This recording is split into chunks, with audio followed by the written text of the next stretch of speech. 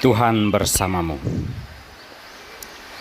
Inilah Injil suci Yesus Kristus menurut Lukas, bab 14, ayat 15 sampai dengan 24.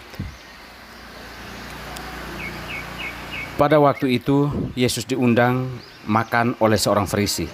Sementara perjamuan berlangsung, seorang dari tamu-tamu berkata kepada Yesus, "Berbahagialah orang yang akan dijamu dalam kerajaan Allah." Tetapi Yesus berkata kepadanya, "Ada seorang mengadakan perjamuan besar. Ia mengundang banyak orang. Menjelang perjamuan dimulai, ia menyuruh hambanya mengatakan kepada para undangan, 'Marilah, sebab segala sesuatu sudah siap.' Tetapi mereka semua minta dimaafkan. Yang pertama berkata, 'Aku baru membeli ladang dan harus pergi melihatnya. Aku minta dimaafkan.' Yang lain berkata, 'Aku baru membeli 5 pasang lembu kebiri dan aku harus pergi mencobanya. Aku minta dimaafkan.' Yang lain lagi berkata, 'Aku baru saja menikah dan karena itu aku tidak dapat datang.' Maka kembalilah hamba itu dan menyampaikan semua itu kepada tuannya. Lalu murkalah tuan rumah itu dan berkata kepada hambanya, 'Pergilah segera ke segala jalan dan lorong kota dan bawalah kemari orang-orang miskin dan cacat, orang-orang buta dan lumpuh.' Kemudian hamba itu melaporkan, 'Tuan, apa yang Tuan perintahkan sudah dilaksanakan. Sekalipun demikian masih ada tempat.' Maka tuan itu berkata, 'Pergilah ke semua jalan dan persimpangan dan paksalah orang-orang yang ada di situ masuk, karena rumahku harus penuh. Sebab aku berkata kepadamu, tidak ada seorang pun dari para undangan itu akan menikmati jamuanku.'" Demikianlah Injil Tuhan.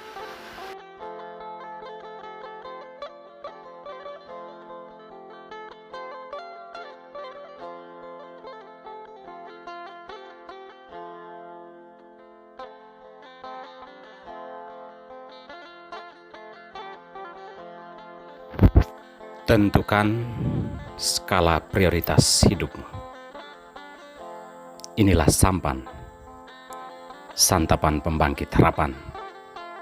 Bersama saya, Pater Domi Kevi SVD. Saudara-saudariku terkasih, tidak pernah kedengaran di dunia ini bahwa orang-orang saling bertengkar dan berperang untuk memperebutkan kerajaan Allah. Bahkan semua manusia kelihatan sangat rendah hati untuk tidak kelihatan di dalam kerajaan Allah. Apa yang kebanyakan terdengar adalah perang dan perselisihan dalam pilkada, saling mencaci maki, saling mencurigai, dan bertengkar.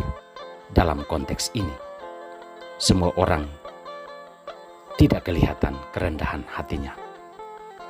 Saudara-saudariku terkasih, pernyataan orang Farisi dalam Injil hari ini sangat penting untuk kita refleksikan. Berbahagialah orang yang akan dijamu dalam kerajaan Allah. Menanggapi pernyataan ini, Yesus menegaskan sebuah kenyataan hidup manusia yang walaupun sering berbicara tentang kerajaan Allah, tetapi tidak pernah berniat untuk menggapainya. Hal ini digambarkan Yesus bahwa semua orang diundang untuk masuk ke dalam kerajaan Allah, akan tetapi masing-masing memiliki alasan untuk tidak datang. Ada urusan bisnis, pekerjaan, dan berbagai hal. Kadang muncul pertanyaan konyol, mengapa untuk hal-hal dunia orang bisa melakukan apapun untuk mendapatkannya dengan kejahatan sekalipun? Tetapi untuk hal yang sangat penting, yakni keselamatan jiwa, kehidupan yang kekal, orang malah terlalu bersikap rendah hati untuk tidak memperebutkannya. Yesus mau mengajak kita untuk menentukan skala prioritas dalam hidup.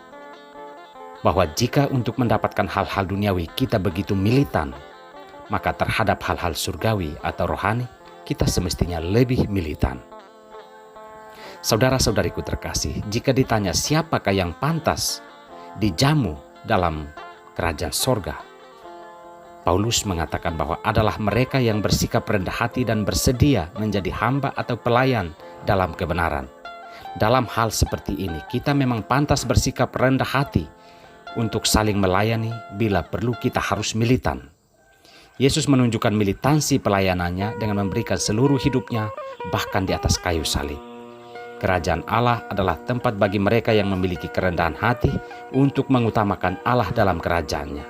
Semoga kita mampu menentukan skala prioritas dalam hidup dan membuang segala alasan untuk menghindari perjuangan masuk ke dalam kerajaan Allah. Tuhan memberkati kita semua.